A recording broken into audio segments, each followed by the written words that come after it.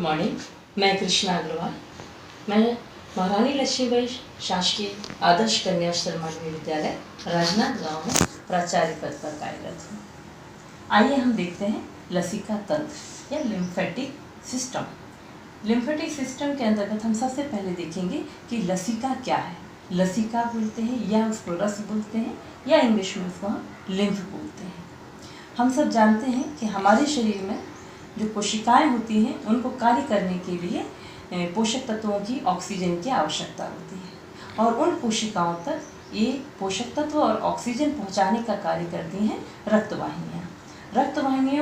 रक्तवाहिनियाँ रक्त केशिकाओं के रूप में ऊतकों के बीच में जाल बना करके पड़े रहते हैं। इन केशिकाओं में से एक तरल पदार्थ झिर करके इन ऊतकों के बीच में फैला हुआ रहता है। ये ऊतक इस केशिकाओं में से झिरने वाले तरल में डूबे हुए रहते हैं। ये जो तरल पदार्थ इन केशिकाओं से झिरकर इन ऊतकों तक आ रहा है, इसको हम बोलते हैं रस या लिम्फ। इस रस में पोषक तत्व ऑक्सीजन उपस्थित होता है।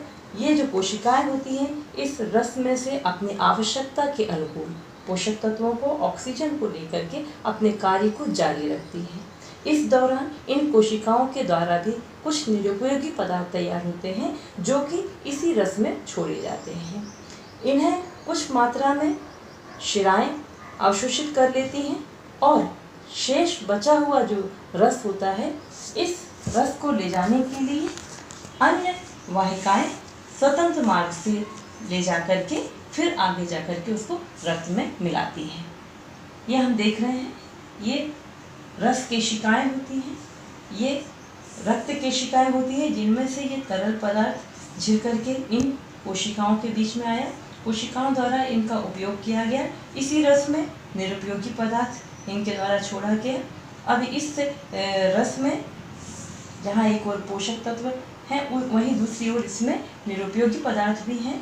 इनमें से कुछ चीज़ें हमने बताया शिराओं के द्वारा अवशोषित कर ली गई और कुछ निरुपयोगी पदार्थ और रस जो है इसी रस में घुला हुआ है। और ये रस इन अन्य वाहिनी यानी कि जिन वाहिनियों में ये अवशोषित होकर के स्वतंत्र मार्ग से आगे जा कर के रक्त वाहिनियों में मिलता है, उसे हम बोलते हैं रस केशिकाएं।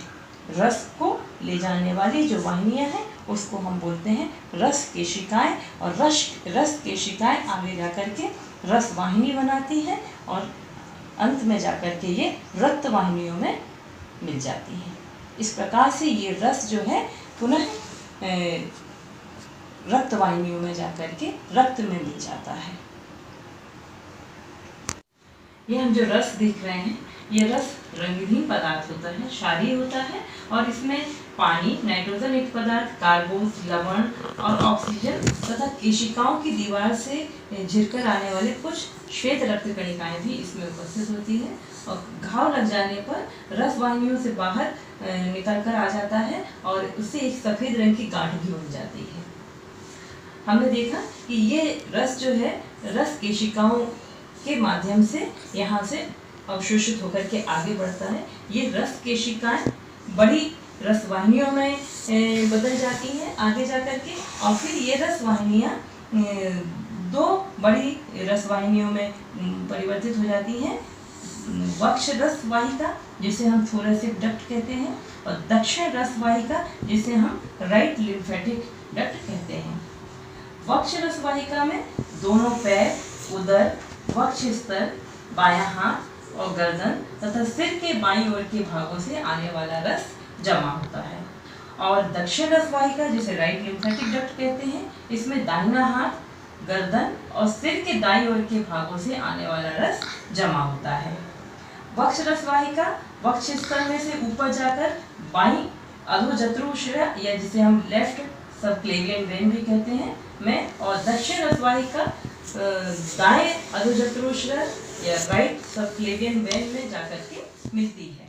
और दोनों इस प्रकार हम देखते हैं कि right and left subclavian vein में ये रसवाहिका जाकर के मिलती हैं और रस को रक्त में मिला देती है, और ये दोनों जो सबक्लेवियन वेन है मिल करके सुपीरियर वीना कावा या उधर महाशिरा बनाती हैं, जो कि हृदय के दाहिने ग्राहक कोष्ठ में ले जाकर के रक्त को छोड़ती हैं। इस प्रकार से रस जो है रक्त में मिल करके हृदय तक पहुंच जाता है।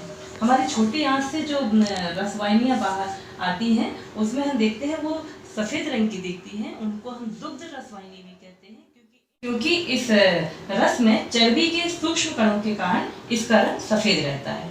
आशा है आपको ये लसिका के बारे में और लसिका वाहिनियों के बारे में समझ में आ गया होगा। आगे हम देखेंगे रस ग्रंथि के बारे में।